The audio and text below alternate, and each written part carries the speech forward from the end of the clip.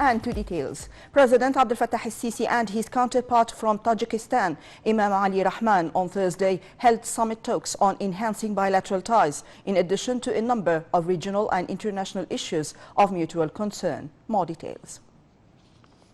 President Abdel Fattah el-Sisi met with his Tajik counterpart Imam Ali Rahman at Ittihadiyya Presidential Palace in Cairo on Thursday for talks which tackled means of boosting bilateral relations in addition to a number of regional and international issues of mutual concern. The talks also covered preparations for Egypt's hosting of the 27th UN Climate Change Conference.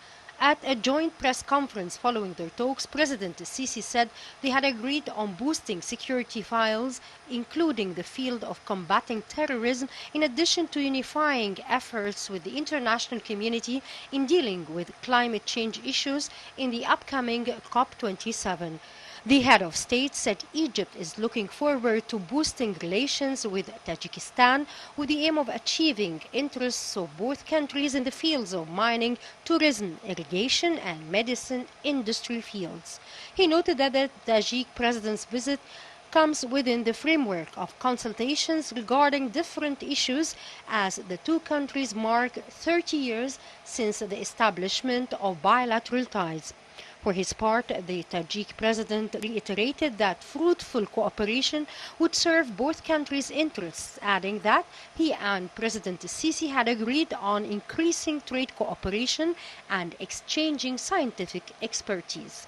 The Tajik leader stressed the significance of fostering cooperation with Egypt in the free zone activities with the aim of increasing the volume of trade and industrial exchange, particularly in the medicine industry field.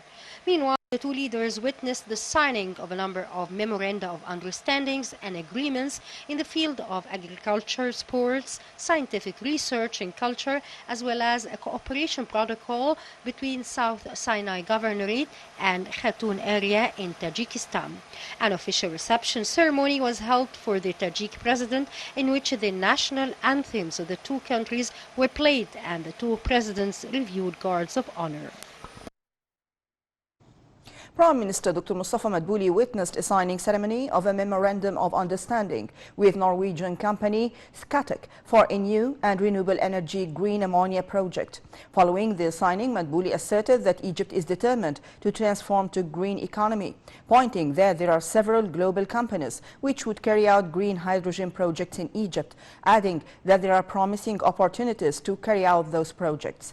The memorandum of understanding comes within the framework of Egypt's possessing special capabilities to produce green hydrogen and ammonia, in addition to abilities that qualify the country to become a global power in these two fields. Chairing a weekly cabinet meeting, Prime Minister Dr. Mustafa Madbouli said on Thursday an agreement was made with officials at the commerce chambers in Egypt regarding a fair pricing of commodities against the backdrop of the Russian-Ukrainian crisis. The Prime Minister noted that the government's key focus is repelling any illegal practices relevant to manipulation or stockpiling of commodities which lead to the unjustified increases in trading prices. Reviewing the latest developments of the coronavirus pandemic at the meeting, Acting Health Minister Khalid Abdel Ghaffar highlighted a continued decline in the domestic caseload and hospitalization at quarantine units. He added that so far, Egypt consumed more than 73 million doses of different COVID vaccines, of a total of 143 million doses available in the country. In light of the Interior Ministry's efforts to detect crimes of fraud in requirements of agriculture, poultry and animal production, the General Administration of Environment and Landscaping launched inspection campaigns. Fraud cases of unlicensed factory, depots, animal feed and pesticides have been detected in the governorates of Bahira, Munufiyya and Al-Ismailiyya. Another campaign targeted unlicensed factories, depots, raw materials and expired commodities in the governorates of Al-Sharqiyya, Al-Qalyubiyya and Port Said. The administration also succeeded to detect unlicensed depot in Al-Sharqiyya governorate used to collect and recycle hazardous medical wastes. And in light of the ministry's efforts to protect the environment, especially the Nile River and water canals, the administration detected pollution cases in Al-Daqahliya governorate.